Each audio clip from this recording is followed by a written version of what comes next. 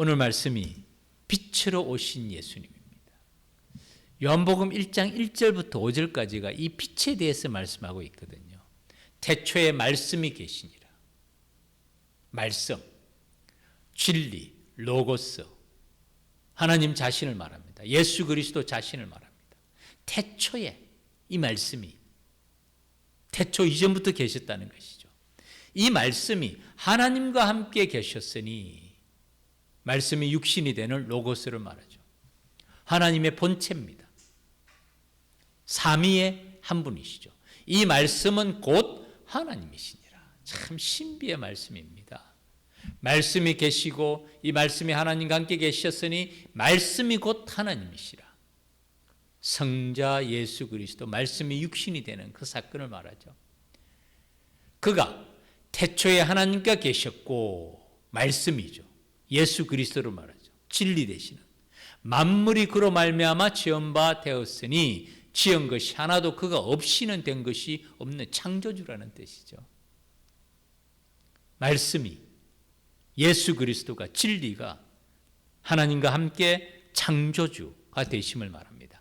그 안에 생명이 있으니 참 놀라운 말씀입니다. 성경이 아니면 이렇게 말할 수 있는 것이 없습니다. 그 안에 말씀 안에 진리 안에 예수 그리스도 안에 생명이 있으니 그 생명이 사람들의 빛이라. 빛과 생명. 요한복음에서 세 단어가 제일 많이 나옵니다. 첫 번째는 사랑이에요. 사랑이라는 단어. 새 계명을 너에게 주노니 서로 사랑하라. 이 요한복음 말씀입니다. 내가 너희를 사랑한 것 같이 너희도 서로 사랑하라. 너희가 서로 사랑하면 이로써 모든 사람이 너희가 내 제자인 줄 알리라. 사랑에 대한 말씀. 사도 요한을 우리는 사랑의 사도라고 말하죠.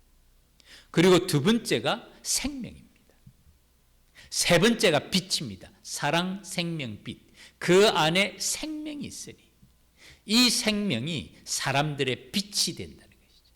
그리고 그 빛이 어둠의 빛이 돼 어둠이 깨닫지 못하더라. 이 어둠은 뭘까요? 방금 우리 부른 찬송처럼 어두운 세상에 빛을 오신 예수님.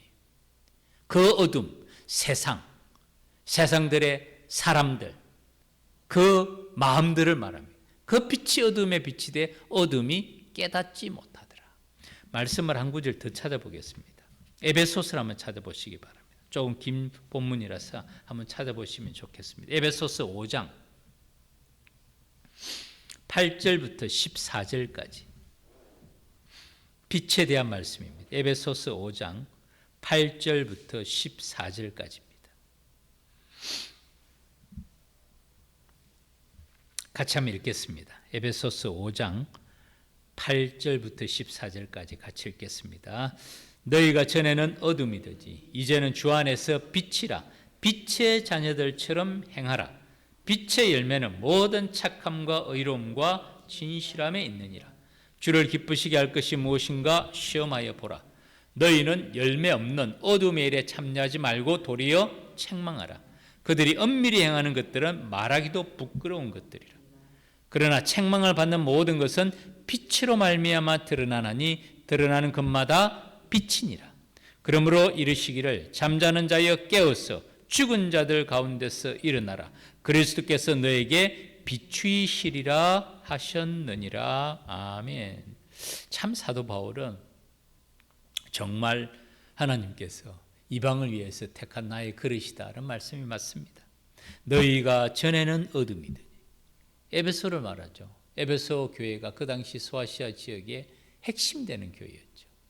그곳에서부터 바울이 복음 사역을 시작하지 않습니까? 너희가 전에는 복음을 모를 때는 어둠이었다.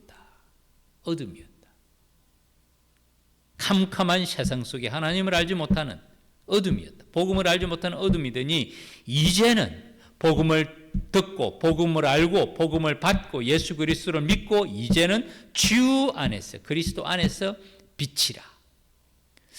이 빛에 대한 말씀을 전하면서 저는 자주 생각합니다. 우리가 반사체인가 발광체인가. 달은 반사체입니다. 밤에 밝게 빛나지만 달은 스스로 빛을 발하지는 못합니다. 태양의 빛을 반사하죠. 태양은 발광체입니다. 스스로 빛을 발합니다. 우주에는 스스로 빛을 발하는 태양이라는 이런 발광체들이 많이 있습니다. 또한 함께 반사체들, 그 빛을 받아서 나타내는 반사체들이 많은데 우리는 어떨까요? 이제는 주 안에서 빛이라. 제가 볼 때 우리 그리스도인들은 두 가지가 다 있는 것 같아요. 우리 안에 그리스도께서 성령께서 함께 계심으로 우리가 빛을 나타냅니다. 빛의 자녀들처럼 행하라. 그리스도가 너희 안에 계시면 우리가 빛의 자녀고 우리 스스로 빛을 발합니다. 또한 우리는 반사체입니다. 예수 그리스도의 영광을 나타내는, 보여주는 반사체가 됩니다. 빛의 자녀들처럼 행하라. 그리고 빛의 열매는 모든 착함과 의로움과 진실함. 열매라는 것은 자라나는 과정을 말하잖아요. 그 다음에는 주님을 기쁘시게 하는 것이 무엇인지를 테스트해보라고 말합니다. 그리고 열매 없는 어둠의 일에 참여하지 말고 책망하고 책망하는 것들마다 빛으로 드러나게 된다.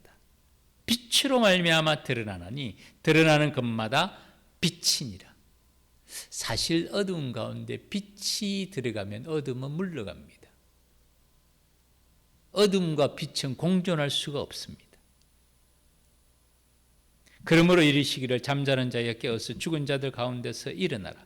그리스도께서 너에게 비추시니라. 이 참 정말 빛으로 주님의 오심을 표현하는 이 사도 요한. 인간의 지혜라고 보기에는 상상을 초월하는 지혜, 정말 계시적인 지혜가 아니고서는 이렇게 말하기는 어렵습니다. 불가능합니다. 사도 요한이 AD 100년까지 살았다고 하더라도 정말 계시적인 지식, 하나님께서 영감을 통해서 성령을 통해서 그 마음을 조명하시지 않고는 인간의 창의적인 상상력으로, 문학적인 능력으로, 표현으로 이렇게 말할 수는 없습니다.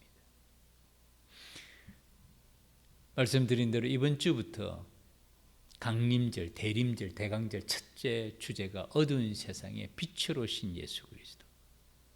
교회에서는 절기 가운데 가장 중요한 건 딱 두 가지입니다.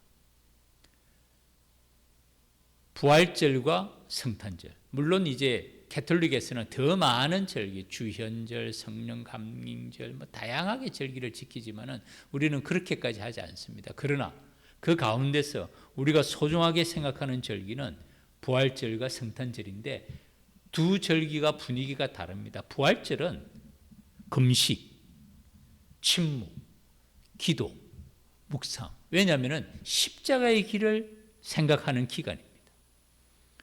비아 돌로로사라고 말하죠.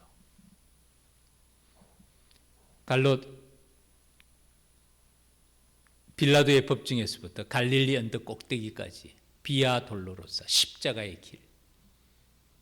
그 기간을 묵상하는 것이 부활절이고 그 준비의 기간은 사순절입니다. 처절한 주님의 십자가와 죽음과 그리고 그 이후에 있을 부활을 묵상하는 그 길이 당연히 금식과 기도와 침묵과 묵상, 순환을 기억하는 그 기간입니다. 그리고 이 기간은 정말 주님의 십자가의 은혜를 아는 사람들이 동참합니다. 축제가 아니거든요. 기쁨이 아니거든요. 정말 마음에 십자가의 은혜를 아는 사람들이 동참하는 기간입니다. 근데 두 번째로 성탄절 절기입니다. 성탄절은 주제어가 기쁨, 찬송, 선물. 오늘날 교회를 다니거나 안 다니거나 크리스마스는 전 세계적인 축제죠. 모든 사람들이 12월, 20월 연말 연시의 분위기 가운데서 기쁘게 지내는 것이 성탄절입니다. 그런데 오늘날 성탄절 가운데는 우리가 아는 대로 그리스도는 사라집니다. 연말 연시, 그래서 메리 크리스마스가 아니고 해피 할리데이라고 인사를 하는 그런 시대를 우리가 지나가고 있습니다.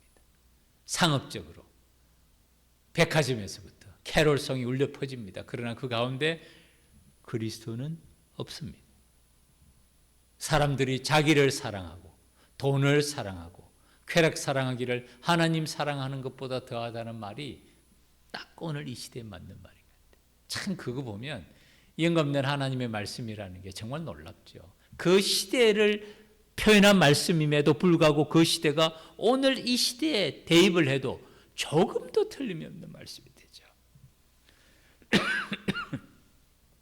우리는 이 가운데서 성탄을 기다리면서 이제 우리 크리스찬들이 권사님 점점 소수가 되어가는 것 같지 않습니까? 점점 소수가 되어가는 것 같아요. 물론 교회에 가면 사람들이 많은 것 같지만 사실은 아까 말씀드린 대로 공연장을 가보면, 전 가보진 않았어요. 유튜브나 동영상을 보면 엄청납니다. 이번에 광고 보니까 임영웅 콘서트가 다시 열린다 그러더라고요. 어느 홈에서 열리는데 뭐 인산이대를 이루는 것 같아요. 그 표도 굉장히 비싼 모양이더라고요. 몇십만 원 하는 것 같아요. 표 한 장에. 표가 없어서 못 구한대요. 몇십만 원 한대요. 그죠? 조작. 근데 거기에 암표를 구하고 부모님을 위해서 자녀들이 그 표를 사는데 목숨을 메고 그 표를 주면 부모님들은 또 기뻐서 어쩔 줄을 모르고 거기서 위로를 얻는 사람들이 사실은 참 불쌍한 사람인데 그러나 그것이 오늘날 이 시대적인 조류가 됐습니다. 그리스도는 없고 사람들끼리 모이는 오늘 이 시대 문화가 아닌가 하는 생각을 하는데요. 말씀드린 대로 빛으로 오신 예수님을 기다리는 대림절, 대강절 또는 강림절의 상징은 이겁니다. 촛불입니다. 색에는 보라색이에요. 마지막은 핑크예요. 그리고 정중앙에 흰색의 촛불이 있습니다. 이번 주부터 하나씩, 다음 주 2개, 그 다음 주 3개, 그 다음에 21일 주일 4개 핑크빛을 합니다. 이 보라색은 보통 왕의 상징입니다. 왕복이 주로 보라색이죠. 그래서 다니엘의 이 옷을 보면 이 고위 관리들이 보라색 옷을 입습니다. 사자굴에 갇힌 다니엘을 보면 보라색 옷을, 성경에 나와요. 보랏빛 옷을 준다고. 왕을 상징하고 기다림과 회개를 의미합니다. 그리고 그것이 주님이 오실 때까지 옅어지고 마지막에 흰 촛불에 25일 날이죠. 중앙에 있는 5개의 촛불을 켜는 것이 대림절의 첫 번째 상징이 촛불입니다. 두 번째는 지금 이제 다음 주에 달 생각인데 동그란 화환입니다. 동그란 화환.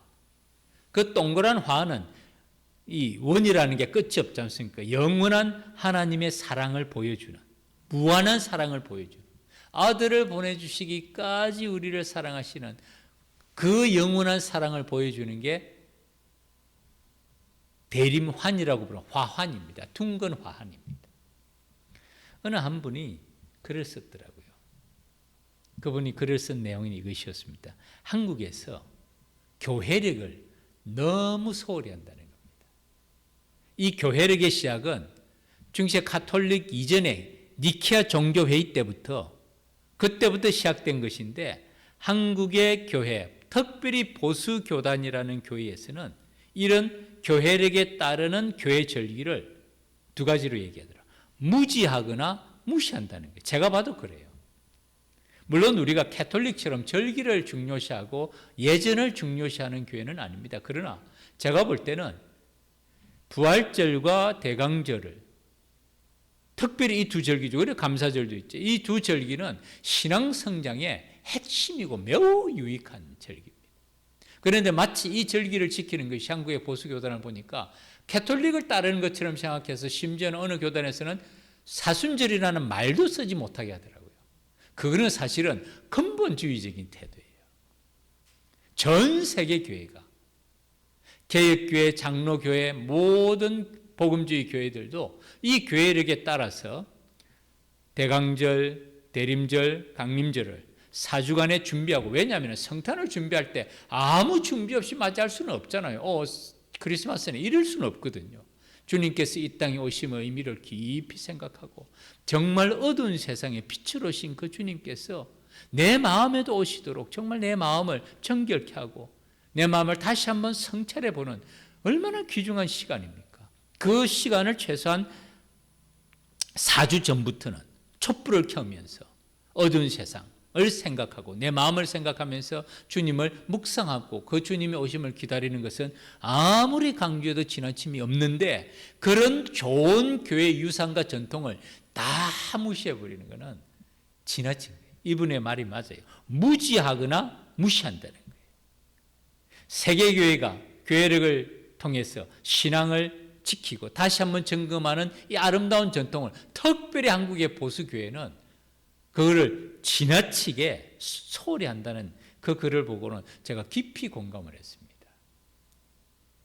그래서 우리가 이런 것을 예전적으로 지키는 것이 아니라 우리가 가톨릭의 칠성례처럼 지키지는 않잖아요. 그럼에도 불구하고 우리는 여전히 세례식은 합니다. 그들은 성례식을 하고 우리는 세례식하고 성찬식은 여전히 합니다. 전통이 잘못된 것이 아니라 전통이 형식화되는 것이 잘못된 것이지, 전통 가운데 있는 아름다운 신앙의 유산들은 우리가 여전히 받아들이고 그 유산을 바탕으로 해서 우리 믿음을 다시 한번 점검해보는 좋은 기회로 삼아야 되는 것은 당연한 건데, 제가 볼 때는 좀 지나친 점이 있어요. 사순절이라는 말까지도 못하게 한다는 것은 그거는 좀 심합니다. 권사님, 순복음에서는 그렇지는 않죠. 그건 안 했죠. 그죠. 보수적인 교회들이 그게 더 심해요. 그게 더 심한데 참 안타까운 일입니다. 저는 우리 교회가 정말 참 하나님의 임재 앞에서 우리의 신앙을 점검해보고 이런 절기들을 통해서 우리 자신을 깊이 성찰해보고 우리 자신을 다시 한 번 더 십자가 앞에서 되돌아보는 그런 유익한 기간으로 삼고자 하는데, 우리 성탄절 준비하는 우리 대림절과 대강절과 이 강림절 기간을 우리가 첫 번째 맞이하고, 지나고 나면 말씀드린 대로 올해는 부활절도 빠릅니다. 4월 첫 번째 주가 부활절이에요. 그리고 2월 18일 수요일부터 제수요일이 시작이 됩니다. 정말 주님의 고난을 깊이 생각하면서 동참하는 그런 기간이 되기를 바라고요. 이 대강절은 두 가지 의미가 있습니다. 첫 번째는 기억하래요. 무엇을 기억합니까? 성탄절, 주님의 초림을 기억하는. 그 베들레헴 말구유, 말이 됩니까? 말구유라고 말하니까 우리가 말구유 이렇게 좀 생각을 하지만 요즘 뭐 구유 누가 압니까? 사실은 그게 죽통이에요. 죽통. 동물들이 거기다가 짚을 썰어놓고 음식이 아니죠. 먹던 남던 음식을 주고, 아무튼 동물들이 죽통에 먹는 그게 구유라는 거 아닙니까? 거기에 아이가 있다는 게 상상이라도 합니까? 요즘 아이들이 나오면 어떻게 됩니까? 얼마나 병원에서 위생과 환경과 여건을 얼마나 철저하게 하는데, 그 죽통에, 동물들이 여물을 먹는 죽통에 주님이 탄생하셨다는 그 사실을 생각하면 정말 그것은 가슴 저미는 일이에요. 주님의 초림을 기억하는 것. 그리고 이 땅에 오신 그 목적이 말할 수 없이 낮게 오셔서, 그리고 모든 사람의 죄를 위해서 처절하게 십자가의 길을 걸어가신 그 주님을 기억하는 것. 이것이 대강절의 첫 번째 의미입니다. 기억하랍니다. 두 번째는 준비하랍니다.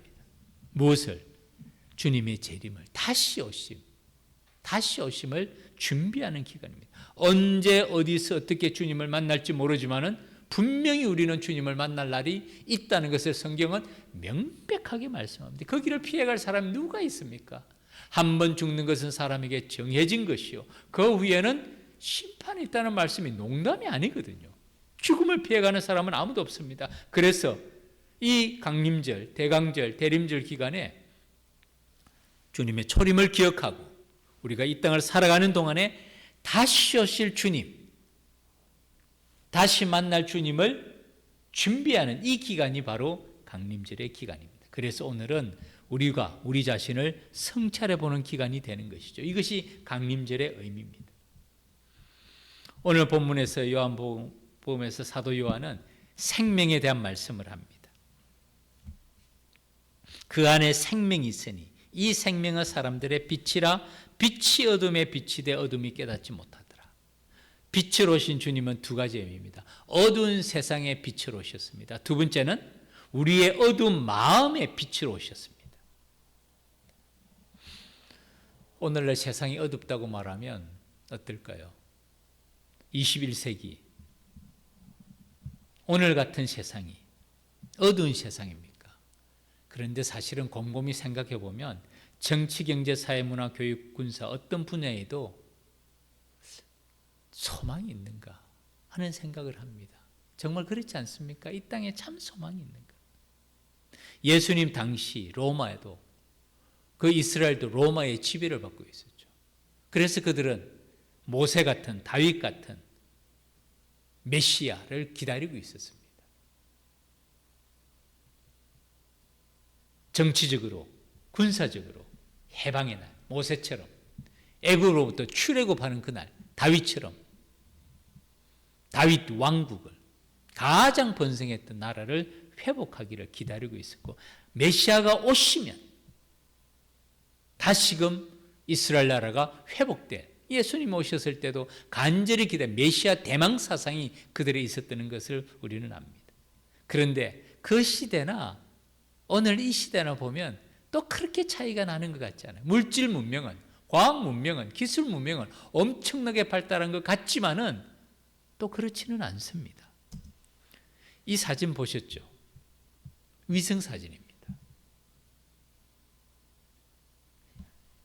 인공위성에서 밤에 한반도를 찍은 사진입니다. 남한은 서울 중심으로 해서 전국이 불야성을 이루죠. 선이 다 보이잖아요. 모든 도시가 다 보입니다. 특별히 서울을 중심으로 한 수도권은 환합니다. 근데 북한은 딱 중간에 여기가 평양. 평양의 불빛이 조금 있고는 캄캄한 하늘이에요. 정말 캄캄한 하늘. 그리고 그 건너편 중국만 해도 엄청난 불야성을 이루죠. 중국 땅이 이렇게 변했다는 것을 위성 사진이 보여줍니다. 중국과 한국 사이에 정말 마치 동강난 것처럼 바다처럼 보이잖아요. 이게 북한의 모습입니다. 오늘 세상이 밝다고 말하지만 이 사진을 보면, 이 위성 사진을 보면 그렇지 않습니다. 북한이 1945년 해방 이후에 1953년 한국전쟁 이후에 분단된 그 나라가 지금까지 이어져 오고 있지 않습니까? 지금은 이제는 통일을 말하지 않는다고 말하는데 저는 그렇지 않습니다. 우리는 복음 통일을 말해야 됩니다. 복음 통일을 말해야 됩니다. 북한에서 마음껏 예배 드릴 수 있는 그날이 오면 정치적인 통일은 사실은 그 다음 문제라고 생각해요. 신앙의 자유가 허락이 되면 양심의 자유, 언론 출판의 자유, 표현의 자유, 집회의 자유, 모든 것의 기초가 사실은 신앙의 자유입니다. 마음껏 예배 드리는 그날이 되면 우리가 정치가 뭐 나눠져 있으면 그건 상관없는 거죠. 그러나 그들이 마음껏 예배 드릴 수 있는 그 환경이 제한된다면 아직 그들은 자유를 누리는 게 아니죠. 정말 평양이 동방의 예루살렘이라고 불렸던 그 땅이었던 것을 기억하면 정말 이 북한을 위해서 깨어 기도해야 될 사람들이 우리 남한의 백성들이에요. 정말 북한을 붙들고 기도드려야 되는데 제가 지난번에 어디 한 다른 지역을 한번 가보니까 거기에 구국기도회 팻말이 붙여 있더라고요. 금요일 저녁마다 구국기도회를 합니다. 얼마나 모이는지는 잘 모르겠어요. 그런데 여전히 구국기도회를 하고 있구나 하는 생각을 하면서 참 좋은 인상을 받았습니다. 여전히 깨어있는 사람들이 기도하고 있구나. 이전하고는 많이 다르죠. 어떤 사람들이 얘기하지만 이전하고는 많이 다르지만 그래도 깨어있는 이 땅에 사람들이 있다는 것이죠. 어둠의 빛으로 오신 주님은 첫 번째로 어두운 세상의 빛으로 오셨고 그 어둠의 세상은 지금도 여전히 계속됩니다. 우리 남한도 마찬가지고요. 물질 문명, 과학 문명, 기술 문명이 발전했지만은 정신적으로 영적으로 어떤 황폐한 마음인지는 오히려 이전보다도 더 심한 것이 아닌가 생각합니다. 오늘 우리가 한국이 K-드라마, K-푸드, K-뮤직 이 모든 게 우리 힘으로만 이룬 것은 정말 아닌데 그 하나님의 은혜를 잊어버리면 안 되는데 마치 그것이 우리가 똑똑해서 우리가 잘나서 이 모든 것을 이룬 것처럼 생각하는 이 현실을 보면 안타깝기 짝이 없습니다. 두 번째 주님의 빛으로 오심은 우리의 마음의 빛으로 오셨어요. 어두운 마음의 빛으로 오신 주님. 우리의 마음의 불을 밝혀야 됩니다. 걱정과 근심, 두려움과 염려 이게 어둠이죠. 사실은 이 어둠의 근원은 죄로 인한 겁니다. 대중가요를 통해서, 임영웅의 노래를 통해서, 아니면 오늘날 사랑을 노래하는 BTS의 노래를 통해서, 그리고 많은 그룹들을 통해서, 아이돌을 통해서 그 마음의 유일함을 받는다. 그럴 수도 있죠. 사람의 심정을. 참 콘서트를 하고 집회를 하는 거 보면 진짜 엄청난 사람들, 진짜 엄청난 젊은이들이 가득히 모이는 걸 봅니다. 한편으로는 안타깝기도 하고, 한편으로는 참 우리의 믿음의 백성들이 이 시대 가운데 어떤 역할을 하고 있나 깊은 생각이 들기도 하고, 참 많은 생각이 드는데, 이 어둠의 마음을 밝히는 것은 정말 빛이 어둠에 빛이 되 어둠이 깨닫지 못하더라. 똑같은 말씀이죠. 오늘날 복음의 빛이 우리에게 비쳤지만은 사람들은 그 빛을 찾지 않습니다.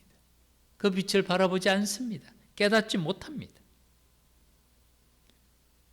그것이 오늘날 현실입니다. 사탄은 우리 마음속에 이 어둠을 계속 심어줍니다.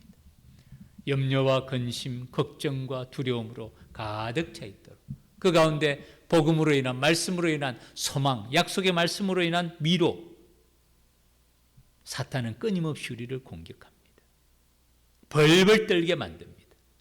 마치 자기가 대단한 권세를 가진 것인 것 마냥 자기 자신을 포장합니다.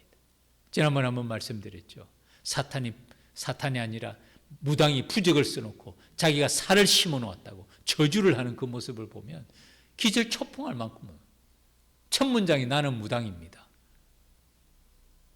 무당이 그럴 만한 능력이 있습니까? 제가 볼 때는 믿지 아니하는 사람은 그 부적 손도 못 대요.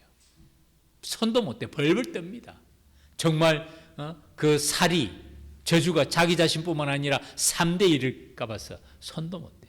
그런데 교회도 그런 교회가 있죠. 성락교회, 김기동 목사, 귀신론입니다. 술 귀신, 도박 귀신, 중독 귀신, 심지어는 감기가 걸려도 귀신. 벌벌 떠는 것이야. 그 사람의 어두운 마음이거든요. 주님의 복음의 빛으로, 정말 광명의 빛으로 밝게 비춰줄 때 이 모든 어두움은 안개처럼, 모든 두려움과 근심과 염려는 안개처럼 사라지게 될 줄 믿습니다. 그것이 이 땅에 빛으로 오신 주님, 우리의 어두운 마음에 빛으로 오신 주님의 능력인 것이죠. 마지막 결론입니다. 누가 이 일을 해야 되는가? 진리의 등불 되시는 그 주님의 빛. 예수님께서 너희는 세상의 빛이라. 참 놀라워. 너희는 세상의 소금이라. 너희는 세상의 빛이라. 한마디로 딱 말씀합니다. 너희는 세상의 빛이라. 사람들이 그 빛을 등경 아래, 의자 아래 두지 않는다는, 높은 곳에 두어서 모든 사람에게 비치게 한다. 너희는 세상의 빛. 우리가 세상의 빛이라는, 어두운 세상의 빛으로 오신 예수 그리스도를 나타내는 빛, 그리고 우리 마음속에 든 주님의 형상을 이루어가는, 성령의 열매를 맺어가는 그 빛. 이것이 오늘날 교회요 그리스도인의 사명인데 참 너무 안타깝죠. 우리 더 기쁜 교회 표어가 하나님의 기쁨이 되며 세상에 빛이 되는 교회. 전 오랫동안 생각한 말씀이에요. 제가 목회하면서 오랫동안 생각한 말씀. 하나님의 기쁨이 되는. 제가 교회를 섬기면서도 정말 안타까웠어요. 정말 교회가 사탄의 놀이터가 된 느낌이 들어요. 하나님은 없고 직분만 남아있어요. 직분이 계급이 되고 그 계급이 특권이 되고, 참 교회가, 물론 건강한 교회도 많습니다. 칭찬만 받는 교회도 있지만 책망만 받는 교회가 있는데, 오늘날 교회 현실을 보면 너무 안타까워요. 하나님의 기쁨이 된다는 것은 제가 하루 이틀 생각한 게 아닙니다. 교회가 하나님의 기쁨이 돼요. 그리고 그 하나님의 기쁨이 된다는 것은 성도들이 기쁨으로 예배드릴 수가 있어야 됩니다. 교회 오는 것이 기쁘고, 예배드리는 것이 기쁘고, 기도하는 것이 기쁘고, 찬양 드리는 것이 기쁘고 성도들의 교제를 하는 것이 기쁘고, 근데 사람들은 주일날 아침만 되면 예배의 기쁨과 예배의 설레이는 마음이 아니라 오늘 가서 회의를 하면서 무슨 말을 해야 되고 누구한테 뭔 말을 해야, 마치 전쟁에 나가는, 전투에 나가는 사람의 마음과 같이 나와요, 교회를. 참 하나님의 기쁨이 되는 교회. 저는 우리 교회가 이제 시작하는데 아직 첫돌도 지나지 않았지만은 새로운 교회. 그게 어떤 모든 게 구조와 형식과 모든 절차가 새로운 게 아니라 정말 하나님의 기쁨이, 갈등과 분열과 아픔이 아니라 기쁨이 되는 교회. 그리고 세상에 빛이 되는 교회. 요즘 유튜브를 보면 교회에 대한 비판의 글을 올리는 유튜브들이 상당히 많습니다. 비판이라기보다 자기가 생각하는 교회의 모습을 걸어놓는 거죠. 그러면서 교회에 대해서, 목회자에 대해서, 직분자에 대해서 많은 말을 해놓는데 그 조회수를 보면 10만, 20만이 넘어요. 그런데 그 올려진 내용을 가만 보면 이게 건강한 신앙인가? 그렇지는 않아요. 또 이게 마치 뉴스 엔조이처럼 이런 시대 가운데서 정말 교회가 다시금 새롭게 됩니다. 너희는 세상의 빛이라, 너희는 세상의 소금이라. 초대교회도 갈등은 많았습니다. 고린도 교회를 보면 엄청난 갈등과 문제가 있었습니다. 그러나 초대교회와 지금과 다른 점은 초대교회는 기준이 있었어요. 말씀이 있었어요. 성령의 역사가 있었습니다. 그래서 많은 문제가 있었지만 사도 바울이 고린도 전후서를 통해서 기준을 제시합니다. 그리고 교회가 그 기준을 따라서 자기 자신을 가늠해 볼 수 있는 것이 오늘날까지 이어지는데, 문제는 오늘날은 말씀이 사라진 거예요. 다른 말로 하면 기준이 사라졌어요. 각기 자기 소견에 좋을 대로 행합니다. 교회가 하나님의 기쁨이 되는 길, 말씀으로 돌아가고 복음으로 돌아가는 길이 하나님의 기쁨이 되는 길인 줄 믿습니다. 순종 안 해요. 조금이라도 자기에게 불리할 때는 정말 순종 안 해요.